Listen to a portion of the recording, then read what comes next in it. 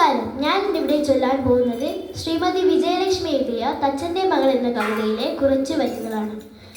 ആയിരം ക്ഷേത്രഗോപുരങ്ങൾ താങ്ങുമാം ഗംഭീരമാം ചിത്തം വണങ്ങി ഞാൻ പോകുകയാണിന്നുളിപ്പെട്ടിയും മുഴക്കോലുമായി വീതുളിക്കിരയായിടാം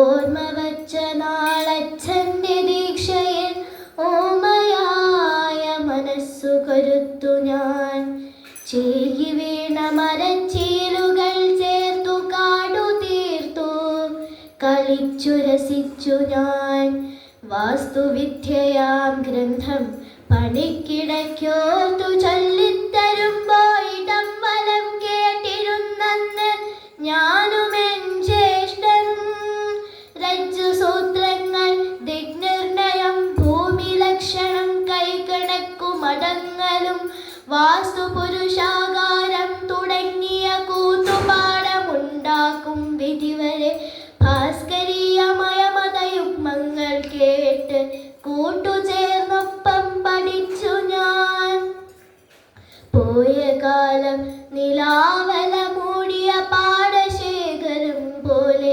തീരത്തൊരു പാല പൂത്തു നിൽക്കുന്നൊറ്റൊരാളുടെ പ്രേതം മസുഗന്ധം സഹിപ്പിലമേ അന്നൊരിക്കൽ സൂത്രഗ്രാഹി തീർക്കവേ അംബികയെ ശിലാമഹി ദേവിയെ അച്ഛനുണ്ടാക്കുമെമ്മട്ടധേയവിധം കഷ്ടം എന്നു ഞാൻ പുച്ഛിച്ചു ലീലയാൽ ശുദ്ധനാകാത്ത ചിന്താകുലൻ തൻ്റെ സ്നിഗ്ധ പക്ഷ്മള ചാരുവാം കണ്ണുകളിലുറ്റു നോക്കി പറഞ്ഞു ഞാൻ വൻമരച്ചോട്ടിൽ നിന്നാൽ വളർച്ചയുണ്ടായിടാം പുഷ്ടിയുണ്ടാകുവാൻ വെയിലേൽക്കണം സ്വേച്ഛയാ സമ്മതിച്ചില്ല സാത്വികൻ.